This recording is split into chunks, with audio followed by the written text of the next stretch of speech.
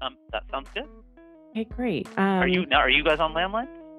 No, we're both on Skype. We're On recording this through high-tech innovations. You know how stupid I am? I literally don't even know what Skype is. You're adorable. That's one way of putting it. It's just dumb and like out of it. I don't know what Skype is. Isn't that? Yeah. I am a Luddite potter at the end of the day, in the beginning of the day, in the middle of the day.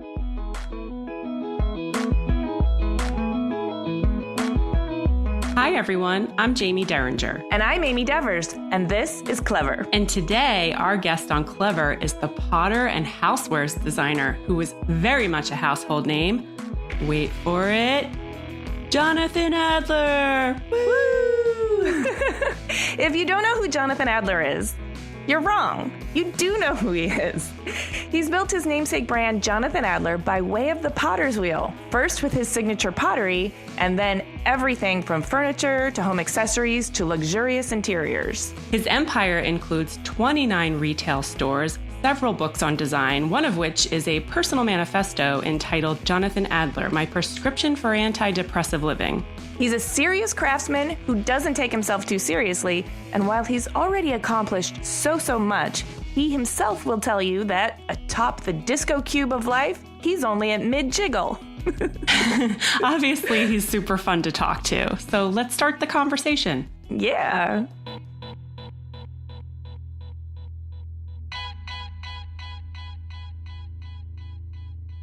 Hello? Hi, is this Jonathan? It is. Hi, it's Jaime and Amy from Clever. How are you? I'm so great. How are you guys? Great. It's good to talk to you. Yeah, Yes, we're it is. thrilled you could do this. Yeah, totally. Are you kidding me? I'm thrilled to do it. You and I have actually had conversations in person because we are both from Southern New Jersey, if you remember. Yes, where are you from again? Yes, I'm from Cherry Hill. Cherry And Hill. to you're me was like the deep south of Jersey, right? I am from the deep redneck south of New Jersey, and Cherry Hill was sort of the glittering metropolis on the horizon that I That's kind of dreamed sad. of getting to. I know, sad. Oh, okay. So why don't you tell me a little bit about what it was like to live kind of in the middle of nowhere? Yeah, so I grew up in a town called Bridgeton, New Jersey, that really is in the middle of nowhere. It's 3 hours from New York, an hour and a half from Philly, an hour from the beach, an hour from everything, no highway nearby. So I was completely isolated.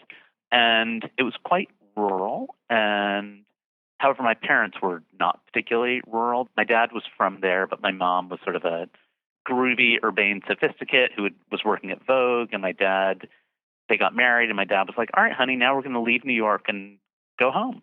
And so I grew up in the country, and it was kind of great to grow up in a quite isolated country, not fancy kind of way.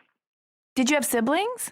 I do. Yeah, I have an older brother and sister. Everybody in my family is super smart except for me. And Oh, you went to Brown. I know better. I did.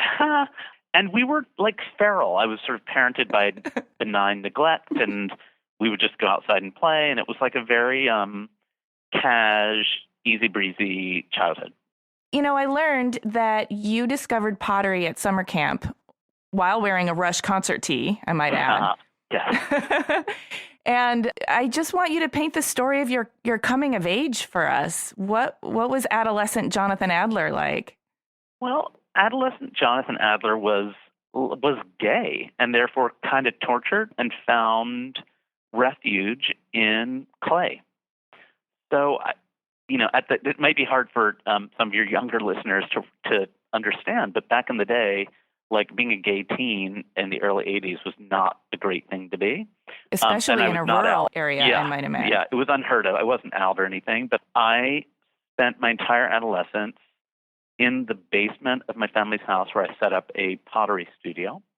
And I would listen to new wave music and listen to Grace Jones and sort of make pots and space out. And it was really fabulous to have something to be so involved in and focused on and passionate about. And it was quite accidental, but authentic to me. Like I'm not a spiritual person at all, but the second I touched clay at summer camp, it was just on. I love that. It sounds like it really helped you connect with something in the physical world that helped you channel your torture into something a lot more meaningful. Yeah. So just to dig in a little bit, if you weren't out, were you still questioning your sexuality, or were you hiding it? Were you dating girls? There was no question. Okay. No question. Just hiding it as one did. Yes. Okay. And then you made the decision to go to Brown for college. Yep. Okay. Yep. And at that point, are you out? No, it was like a very different time. It was AIDS. Honestly, right. It was sort of the height of AIDS. I went to college in 1984. It was just happening, and it was like, it's a freaky time. And it's funny, I work with a lot of millennials who don't really understand what it was like, but it was a freaky and very upsetting time. I mean, eventually, obviously, I was out, but it was a weird time to be gay. Yes, I can understand that. What did you study when you went to Brown? I studied semiotics and art history. So I was really most interested in design, and so semiotics was kind of a way to study film and contemporary culture, and art history was obviously art history. But mostly I studied nothing and just hung out, had a blast with people who went on to become my best friends and favorite people, and then spent a lot of my time at RISD making pots. At one point, a RISD professor discouraged you from becoming a potter, and you gave it up for a little bit. How did that make you feel? Yes, it's actually really a funny story, because at the end of college, the Brown Daily Herald, the student newspaper, profiled 2 graduating seniors, one of whom had a job working on Wall Street, and the other one they profiled as the clueless senior, and that was me.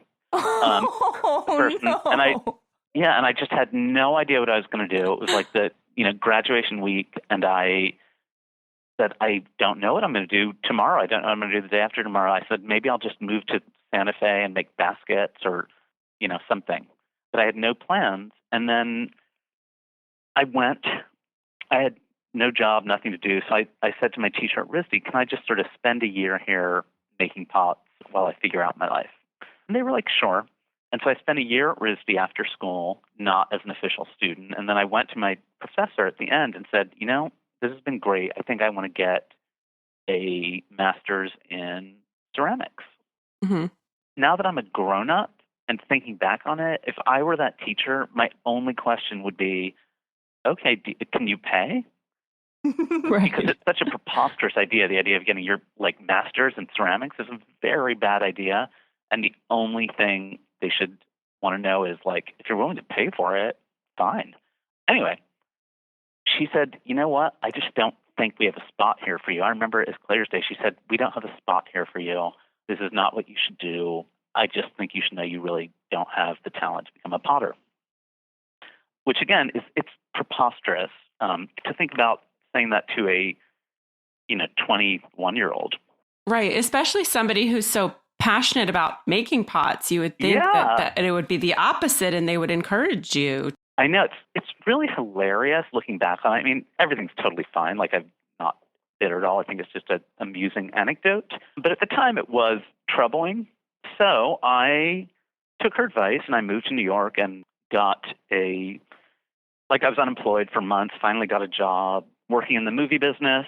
And I got fired from that job. I got fired from my next job. I got fired from 4 jobs in a row, because I was terrible at being an adult. What were you doing in the movie business? I was an assistant to an agent. Okay. And then a movie producer. But mostly I was just sort of taking personal calls and sleeping with everybody in the office. Oh, that sounds exciting. Can we hear more about that? It was, you know what? It was fun. Yeah. Until I got fired. I had a blast at all of my jobs until I got the axe. That was less fun. But the truth is, I was just unfit for the workplace. Obvious. Well, plus you had to sow your oats, and you had some rebelling to do, it sounds like. Yeah, I did. And it's so weird. I keep meeting all these kids who are graduating from college saying they're all I want to get a job before I leave, and I'm thinking I should go into consulting or banking. And I'm like, bro, chill. Like, just sort of let it unfold. Nothing matters. Yeah. That's kind of how I rolled. Until I was 26 and unemployed and broke, and my parents were like, what are you doing? And so I started teaching classes at night at a pottery studio called Mud, Sweat, and Tears in Hell's Kitchen. So I would make pots during the day and teach classes at night in Hell's Kitchen. And eventually I'd been unemployed for, at this point, 2 years, just treading water. And my parents were like, all right, you either get a job or something has to happen. So I called up a buyer at Barney's and said, hi, I'm this guy, I make pots. Can I show you the pots? Did you have a connection to a buyer at Barney's, or did you just find him in the phone book, or how did you have the gumption to do something? No, it was like a friend Okay. who knew somebody. In any event, they agreed to come over to my studio apartment and looked at my pots and placed an order. And that was kind of how my journey began. I know. That's huge. My journey began. Yeah, that is huge. I think anybody today who makes product would be jumping for joy if they got an order from Barney's. How big was the order? Well, it was probably minute. It was probably probably $1,200, $1,500, and that was for a lot of pots because I was charging $15 for some pots that would take a day to make. So I was very dumb, very, very dumb, and very clueless. I remained clueless, just like Brown Deli Herald said, and I was clueless for a lot of years. I think I started to get a clue in my mid-40s. Oh, good. Then it's still going to happen for me. Yeah, it can happen. Well, there's hope for the rest There's still time. And so what happened after Barney's placed that order? I assume they placed another order. They did. To be totally honest, I didn't get paid from them for about 6 months, and I finally called them up and said, oh, hey, I make those stripy pots, and I was just wondering if you can pay me, because at the time my dad was sort of paying all my bills. They said, oh, you're the guy who didn't include an invoice. And I said, wait, what's an invoice? That's true. I was just very, very dumb. And, I'm not just saying that because, I'm so great. I just kind of accidentally happened into this. It was just a reflection of the fact that I really was an outsider in this world. I had no experience in the design business or the design world. I purely came at it from this sort of very naive and oddly pure perspective, which is so odd because I consider myself a highly impure person. But as it related to my work, I was pretty just committed and devoted to making stuff. I never had a plan. I never had a vision for anything. I just wanted to make stuff. Well, that sounds like a really honest and transparent way to come from it, not overthinking it too much. And you just got yourself into a situation where you had to keep up with demand? Yeah, I did. As I said, I had no plan, but I did get orders. And so I sort of had to just keep making pots. And it was a fabulous way to start my career because I didn't really have time to think. I was just in it all of a sudden. And I would get up in the morning, rollerblade down to the studio, make 100 mugs, dove into this career and became incredibly hardworking and skilled. There's that Malcolm Gladwell 10,000 hours concept. Mm-hmm. Really, in my case, is true. I have spent so many hours behind that bloody potter's wheel that I really became incredibly skilled at it. And it was an intense, I'd say from about 26 till 30 were my lost years. Me and clay and the wheel. Yeah, that's really interesting. You accidentally stumbled into a career and what you originally discovered at 12 years old was something you really wanted to do. Yes. Without putting all that effort into, I'm going to set out and start a business and this is what I'm going to do and here's my plan. Instead, you just kind of fell into a dream come true. Yeah. And the thing is, I'm trying to think what year this was. I guess I was 93 is when I got my first order. And the word brand didn't exist. Mm-hmm. At the time, that word didn't exist. A brand, if you said brand, you might be referring to Kellogg's, maybe Coca-Cola. But it wasn't every single person was sculpting their brand identity and, discussing themselves in lofty terms. And that was fantastic. Look at people who start companies today, and they all do like branding exercises and logos and blah, blah, blah. And it seems to me to be putting the cart before the horse. Mm-hmm. And so I'm thrilled to have come up at a time when it never even occurred to me that I was starting a company, let alone launching a brand or doing anything. It all just kind of organically happened. And it was only many, many, many, many, many years later that I even took the time to reflect on what I was trying to do or what I had done. I was too busy doing it to think about it. And I think that's much better than the way people roll today. I could agree with you. I think sometimes the way people roll today is they put too much thought into it and not enough action into it. And then they're so invested in a concept, but they don't actually have the sweat and tears behind it to support it. So quick sidebar, you said 26 to 30 were the lost years. I think you were referring to the lost years professionally, right? Yes. What was going on in your personal life? No, I guess it was sort of the lost years of me as a human because it was just me in my pottery studio. Okay. Like I didn't take from 26 to 28, I didn't take a single day off. I went home for Thanksgiving and maybe like one beach weekend. Otherwise, it was just studio 7 days a week. And then when I met my husband, I was 28, and he was like, let's go on vacation. And I said, what? What are you talking about? And like after dating Simon, my husband, for a couple months, we went on vacation that was completely revelatory. So those years were lost when I met my husband when I was 28. He put up with me as a clay-spattered full-time potter for a good 2 years of 7 days a week with the occasional mini break.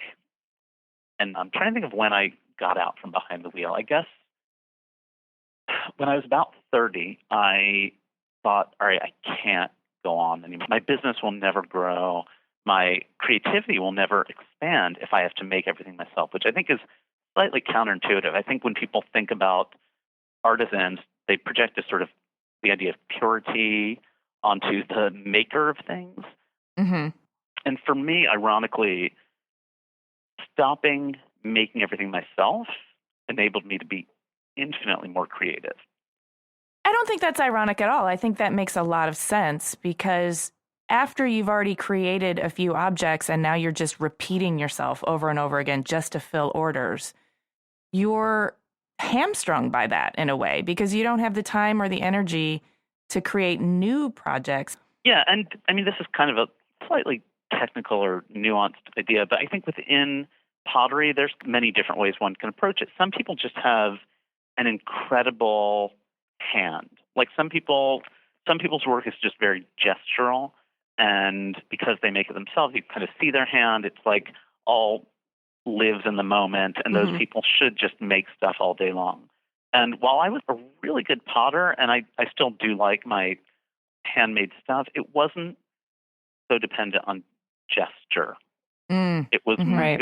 I really always approached it as a designer. I just didn't quite know that. My stuff was always, more designed than gestural ceramics. Only, as I said, I didn't know it and didn't know that I didn't have to make every piece myself. And then finally, I hooked up with Aid to Artisans, which is a nonprofit that connects American designers with artisans in developing countries for kind of a PC business relationship. Mm-hmm.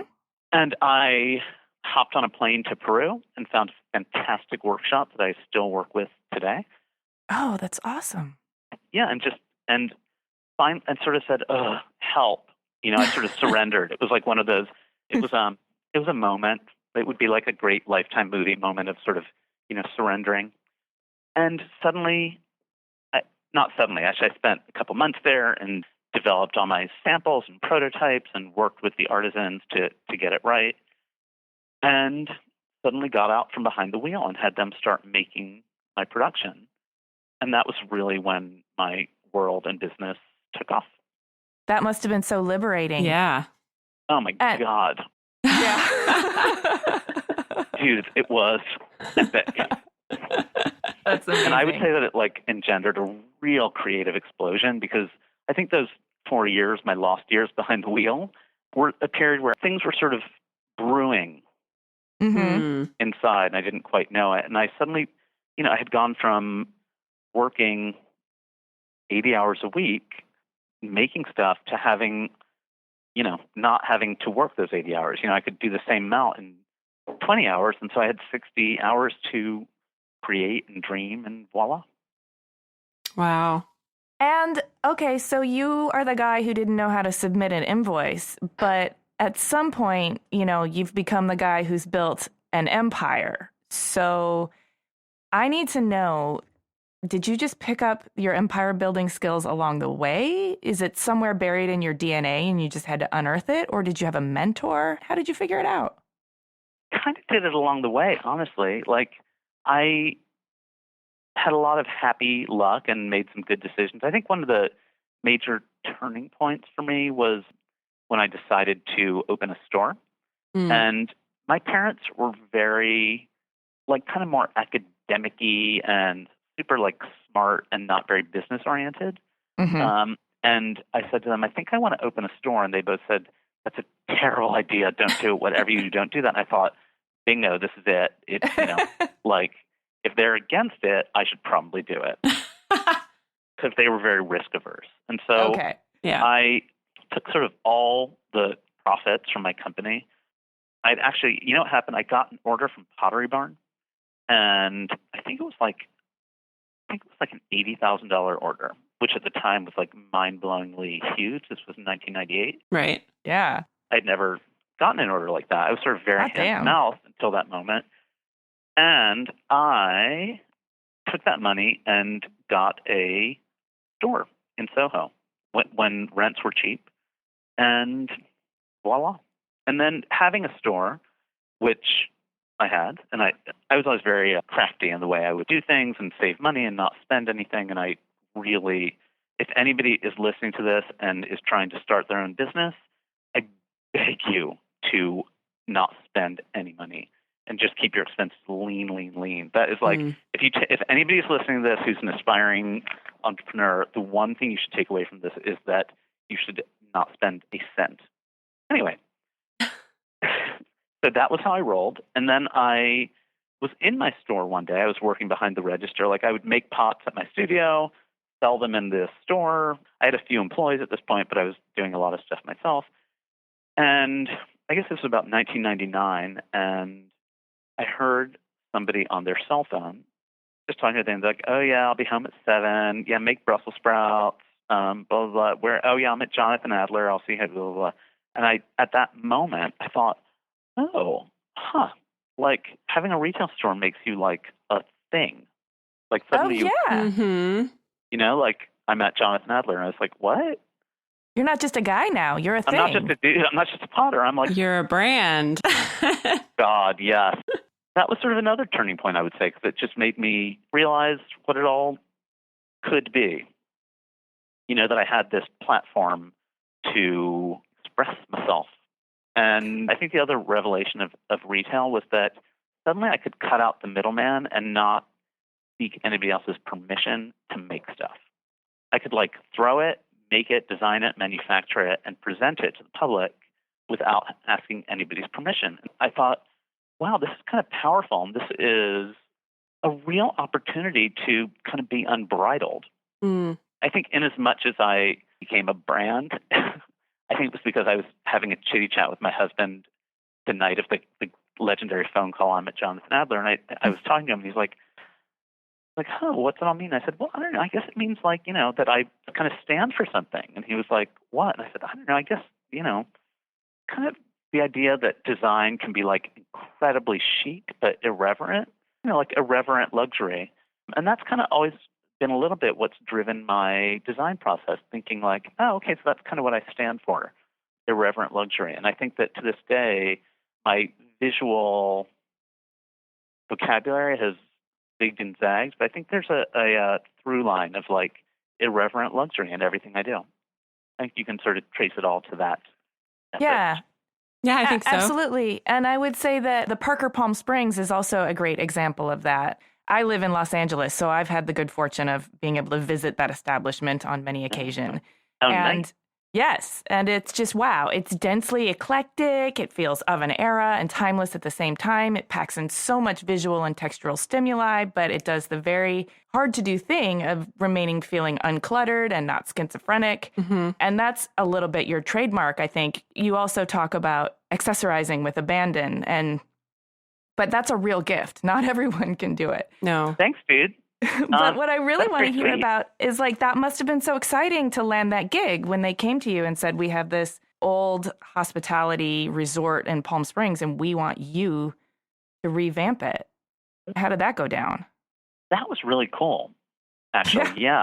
As someone who was never really employed, I kind of just say yes to everything. And I started to do a bit of decorating jobs. And yeah, they called me up and I designed that hotel, I guess about 10 years ago. And it's a really kind of great place. Yeah, I feel like it's one of the most Instagrammed destinations in Palm Springs there is. I mean, it's just so beautiful. Well, that's so sweet. You know what I think? I was telling you guys how I kind of approached this whole thing as somewhat of an outsider. And as someone who's somewhat insular, and I still try to make whatever I do, whether it's something of a commercial and large scale like the Parker or my stores, I still try to make it super personal. And I think that that's pretty clear in that hotel. Do you approach it in the sense of, oh, this is a space where I would want to live in? Is that kind of what you mean when you say personal? Well, I guess when I say personal, I mean eccentric. I think it doesn't feel even remotely corporate. It still feels like the vision of a person rather than a considered corporate bitch. Got it. And I think that in that particular case, the way I approached it, and of course it's collaborative, I worked with incredible people, including the brilliant architect David Mann and the genius landscape designer Judy Camion, who is incredible. I mean, she is a true artiste.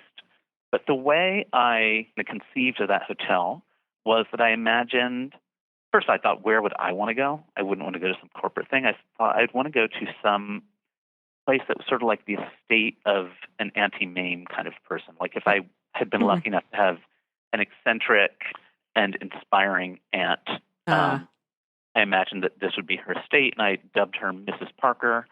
And creating this narrative and a fictitious heroine gave me a really great, clear narrative mandate. And I just thought, what would Mrs. Parker do? I thought she would definitely have suits of armor guarding the men's and women's room. So there's like two giant, fabulous suits of armor as soon as you come in, juxtaposed with like a dangling Italian chandelier and a heraldic tapestry and lots and lots of different eclectic visual idioms happening that I think are unified by the fact that they are all fabulous.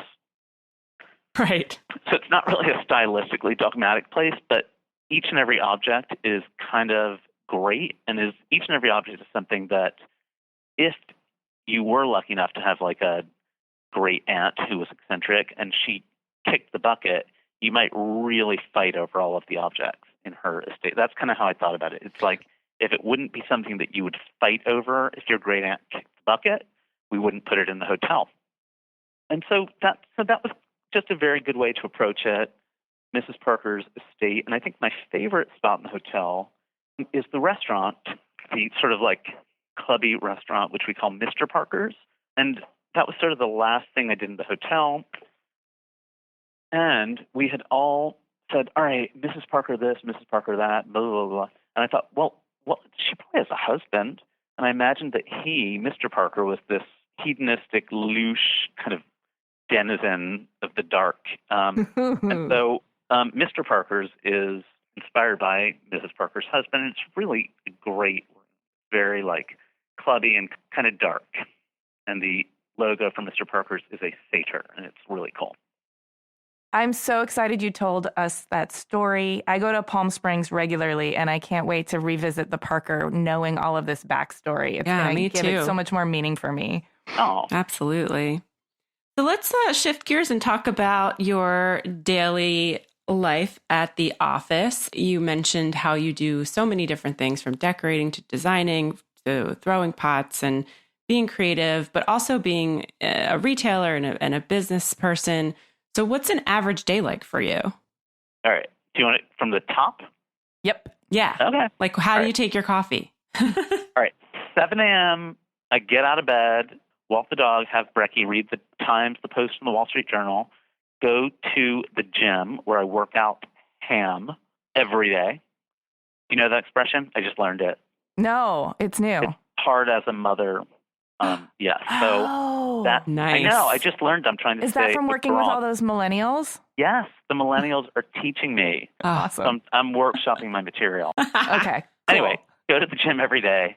Roll into the office at around 9:30, 10, and then my routine stops and it becomes completely unroutine, which is fabulous. Mostly I just sort of bounce around. I have a whole floor in an office building in Soho.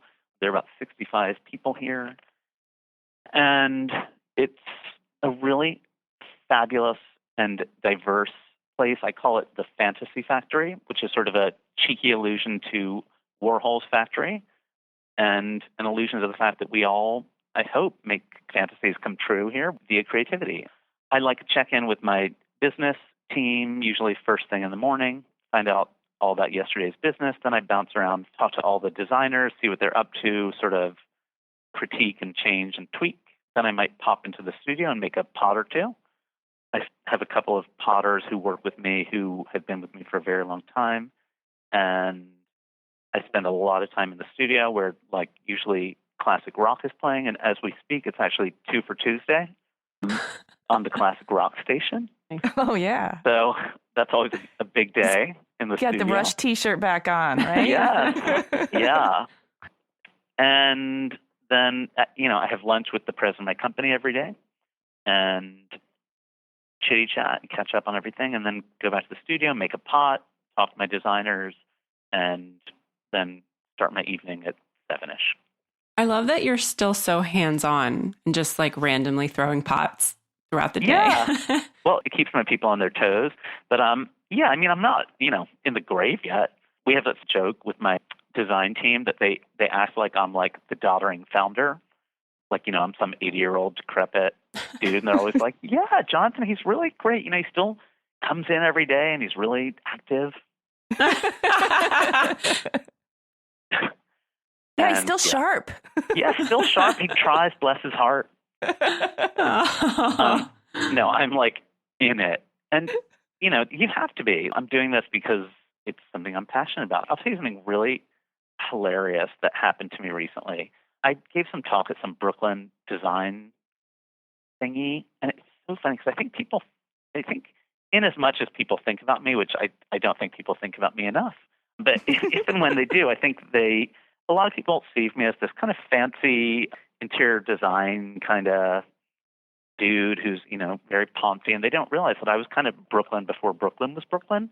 But anyway, I told my story at this Brooklyn Design Conference, and this dude came up to me afterwards and said, he was bearded, and he said to me, "Oh, it was good to hear you talk. I didn't really expect to like you, but you were different from how I expected you to be." And I was like, "Okay, thanks. Yeah. Let's just dig into that. What did you expect?" He said, "Well, it was interesting to me to learn that you were really a craftsperson. I always just sort of assumed you were in it for the money." And I actually burst out laughing, and I said, "Yeah, like most people, I went into pottery for the money." Right. I'm like, that's not a thing. And I think that's a reflection of, I've had more success than I should have had.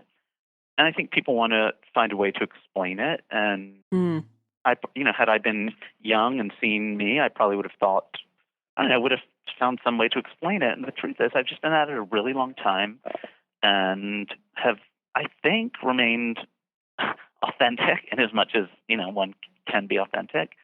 And I have a diverse work life and body of work, and that's really a reflection of having been at it for so long. There's no real answer for how my career has unfolded, and it certainly didn't start because of the money. The fact that I have managed to sort of create a life that is kind of nice is really unexpected. Well, yes, I can see how it'd be unexpected, but I also feel like you shouldn't have to apologize for it. You've worked hard, you've paid your dues, you've built a really authentic brand that you believe in that's really of your personality. And I think one of the reasons that explains your success is just that you've never tried to be anything other than yourself. Is that me projecting onto you, or is that true? No, I think it's totally true. And I feel extraordinarily lucky because I think that my authentic self is actually quite schizophrenic. I think that if the two things that are most authentic to me is that I'm authentically a potter, and including all of the stuff that comes with that, from Birkenstocks to Joni Mitchell to, a pottery ethos. And my other authentic self is kind of a Jap. I kind of am like a Jewish American prince. Like I really sort of am. I do like my creature comfort. And the fact that I've managed to marry those two authentic and seemingly incompatible identities is like really quite a miracle. People should write theses about that. It's like such a weird thing. Yeah. So you just said married, and I have to tell you, the love story of Jonathan Adler and Simon Doonan it's epic. Oh. In my mind, I have this idea of you guys as this idealized, glamorous fairy tale of, great love, solid partnership, eccentric yet impeccable style, and constant hilarity. Now, I know you're human, so I want you to tell me something normal, mundane, pet peeves, passive aggressiveness, something like that will help us and our listeners recognize you two as Earthlings. First of all, that is so sweet and so hilarious. So thanks. I'll just say a bit about my husband. Simon is the cutest person who ever lived. We met about 21 and a half years ago on a blind date, pre-internet. It was semi-blind. Like I was selling at Barney's. He knew who I was, and I certainly knew who he was because he was like a little celebutante. And I think I met him. He thought he was getting like a bohemian clay-spattered potter, and I thought I was getting like a little buttoned-up retail exec. And the truth is, it's like we did a complete bait and switch. He's probably the most bohemian of spirit person I know. He has like the least bourgeois approach to life ever. He's like just very bohemian, and I'm probably a little more bourgeois. As for, I love the idea, are we human? We. Okay, well, let's humanize you a little bit. So what book's on your nightstand? What are you reading right now? Oh my God. Right now I'm reading this book called What Belongs to You by Garth Greenwell about a hustler in Romania. It's like contemporary literary fiction. I read a lot. Like I read tons and tons of books, and yet somehow manage to watch a lot of TV as well. I guess I make time for the things that matter. I read a lot of literary fiction mostly, and often quite dark. And then I watch a lot of very dark television. Actually, I watch my favorite show is probably Lock Up. Ooh. On MSNBC. Mm-hmm. Are you into this like true crime being elevated to high art thing, like with the Jinx and Making a Murderer? I like it a little more raw. Like Lock Up is pretty raw. Yeah. I like the first 48 a lot. Also quite raw. There's this famous book by Paul Johnson, who's this British historian. I think he's written a bunch. I think it was a book he wrote called Intellectuals. It profiled a lot of different intellectuals and talked about how different their true selves were from their public persona. Like Karl Marx, man of the people, actually had a slave his entire life. This like woman who cooked and cleaned for him, and he never paid her. She was just like a slave. And who's the other one? Like Rousseau, who the French philosopher who believed in the innate goodness of people, was actually a monster who had like 85 children who he abandoned in Paris orphanages and let them die. And so I think that I'm kind of like I'm quite different in reality from sort of how I present myself. Interesting. So that book kind of resonated with me. Like I like a lot of dark culture and television and books, and I'm a little bit more of like a brooding and analytical person than people might imagine. So I just recently got word that you are working with Fisher-Price as a creative director. Is that true? And if so, please tell us everything. Oh, yeah, I am. Fisher-Price called me and they asked me to like be their creative director and consult with them. And I thought, what a fab thing, because children's toys and gear is really part of decor. It's like, it's the stuff you surround yourself with. It's like you can have this beautiful, pristine house, but your kid's stuff is going to be scattered about. So I thought, what a great opportunity to try and make that stuff look good. Well, not only that, but those Fisher-Price toys, like they carved a really indelible impression on my brain as a developing youth, figuring out how to count and make shapes fit together. All of that stuff really lasts in the developmental brain. And why not add some aesthetics to it so that... Totally. No, I'm a Fisher-Price kid. Like, I grew up all Fisher-Price all the time. And the idea that I can make all that stuff that kids are going to remember in the future is really fabulous. And I'm so into it. And just, being able to put my imprimatur on an iconic American company like that is really cool. And they're a dream to work with. And it's kind of a lovely diversion from my normal life, which is spent focusing on chic. And now I can focus on fun. And it's a really good complement to life. And also, I'm a lucky dude in that people call me to collaborate, which is a kind of a great thing about contemporary design world. Yeah. And Fisher-Price is a fun one to collaborate with. You are human. You convinced me, or you at least you tried to make me believe that. I'm not sure I believe it yet, but humans usually retire at some point, and I know you have kind of a fixation with country clubs. You got to tell me there's a Jonathan Adler country club coming down the line somewhere on the horizon. Yeah, that's a really good idea. I hope some country club developer is listening to this and is going to hit me up. Yeah. Yeah, make it happen. HMU country club owners. All the designers will be fighting to get a spot in the Jonathan Adler Country Club. That would be a dream. Because, my need to make the stuff that I want to surround myself with, country club might be getting right for me. So what are you looking forward to in the near and the long-term future for your Jonathan Adler empire? I kind of try not to think about anything. I am looking forward to just making more stuff. I think, like one of my husband's books, I can't remember which book, he wrote something quite profound. He was writing about aging, and he said he always imagined life as being like a giant disco cube, like when you're in a disco and they have a cube that a go-go dancer climbs up on. He's like, I always imagine life as like a big disco cube, and when you're young, you hop on top of the cube and start jiggling around. You jiggle and you jiggle and you jiggle until finally you grow weary of jiggling and you fall off and it's somebody else's turn. But while you're up there jiggling, you should just like go ham, go for it. And I think I'm pretty much mid-jiggle. Part of the disco cube jiggle is trying not to think about it too much, trying not to plan too much, and just really focusing on coming into the office every day and trying to be creative without reflecting. What about for you personally? Is there anything coming up, like a vacation or a nephew's graduation or anything you're looking forward to? Yeah. What I'm looking forward to is the fact that summer's around the corner, and I am going to be at my radical house on Shelter Island. Oh, yeah. And I'm going to paddleboard all summer long, which is my favorite thing to do. And I cannot wait. Awesome. That sounds like a dream. So you're an inspiring guy. You've had an inspiring life, and you've built a really nice career for yourself and a nice personal life for yourself with a 21-year marriage. What I'm getting at is that you probably have some real sage wisdom to drop on us. And I mean like commencement speech caliber wisdom. Okay. I'm ready. Give it to us. Well, Bring it on.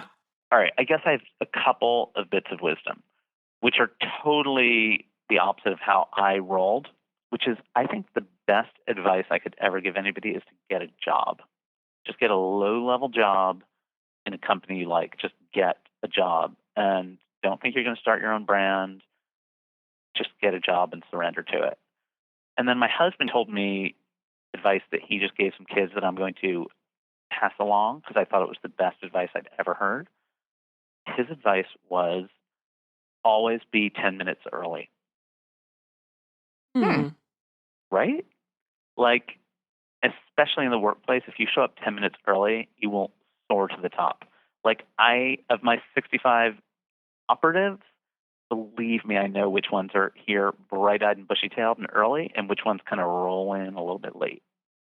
It's true. And it speaks a lot to how well you can manage yourself outside of the workplace, but also how reliable you are within the workplace and how much you want to be there. Yeah, so be early. In 21 years, I've never found anything he has said profound ever. And then, boom, 21 years later, it's all it took. He drops a knowledge bomb on you, and you're like, the knowledge, whoa. Show up 10 minutes early. And I was like, maybe it's all been worth it. Well, do you have anything in specific you'd like to plug, a venture or a product that's coming out, or a new retail store or something you want to let our listeners know about? What would I like to plug? I would like to plug my balding pate. That I would like to plug, but I shan't. Most honestly, I just want to plug my new stuff. Just keep your eyes on my stores and website, and you'll see all the cool new stuff. And I hope that your listeners and others will buy it, so I will be able to continue my delightful journey. Right. Oh, yeah, and I want a country club owner to hit me up. Yeah, okay. We'll make sure and make that connection. So where can people find you and more information about your products? You can find me on my paddleboard, and you can find information on my products on my website or any one of my 29 stores. And that's jonathanadler.com, correct? That is correct. And you're present on social media, I assume? Yes. Is it just at Jonathan Adler? I think so. Okay. Cool. All right. Well, thank you so much for chatting with us today. We've had a great time talking to you. Yeah, thanks a million. Lovely chatting with you, and I always love to talk about myself, so thank you. It's been a joy.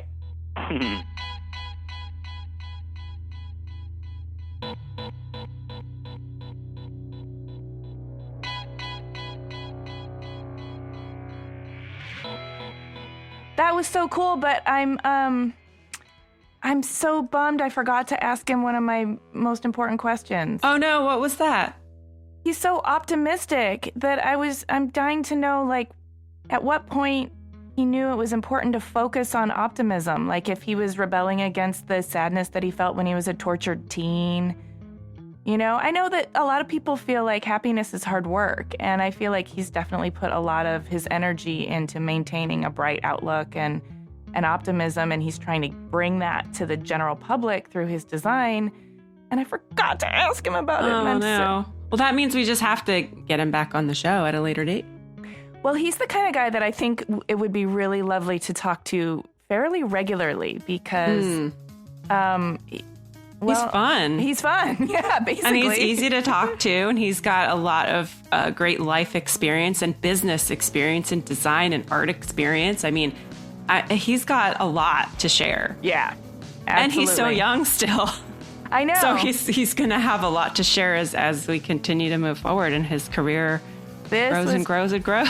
Just the tip of the iceberg. Right. Just the tip of the iceberg. Right. But it was so lovely to talk to him, and he was very generous with. Yeah, and he's always so gracious too, and saying thank you for the compliments and everything, which is lovely. His mama raised him right. Right. Great manners. Yes. Thank you for listening to this episode of Clever. In fact, Jamie and I want to take a minute to acknowledge you guys, the listeners. You've been sending us a lot of fantastic emails, tweets, and comments with feedback and constructive commentary. Some of you have mentioned you'd like to hear more from me and Jamie, and some of you want us to go deeper with our guests. Believe us, we do too, and we're going to do that. And some of you just want us to know how inspired you are by our guests, and we love hearing from you. We are so grateful for this feedback. While we've got a few episodes in the can, we're paying attention. So if there's something you want more of, give us a shout. We'll be incorporating your feedback into future episodes. So keep it coming. And please don't forget, rate us on iTunes and spread the word about Clever. Yes, please. You can subscribe to Clever on iTunes, Google Play, Stitcher, or wherever you get your podcasts. You can also find us on the web at cleverpodcast.com, where you can learn more about Jonathan and see images of his work, including a touching portrait of a young clay-spattered Jonathan at work at his potter's wheel. Aww. I know. And don't forget to join us on Twitter, Instagram, and Facebook at Clever Podcast. Special thanks to Chris Modal of Your Studio, who edited this episode, and to L1011 for our music.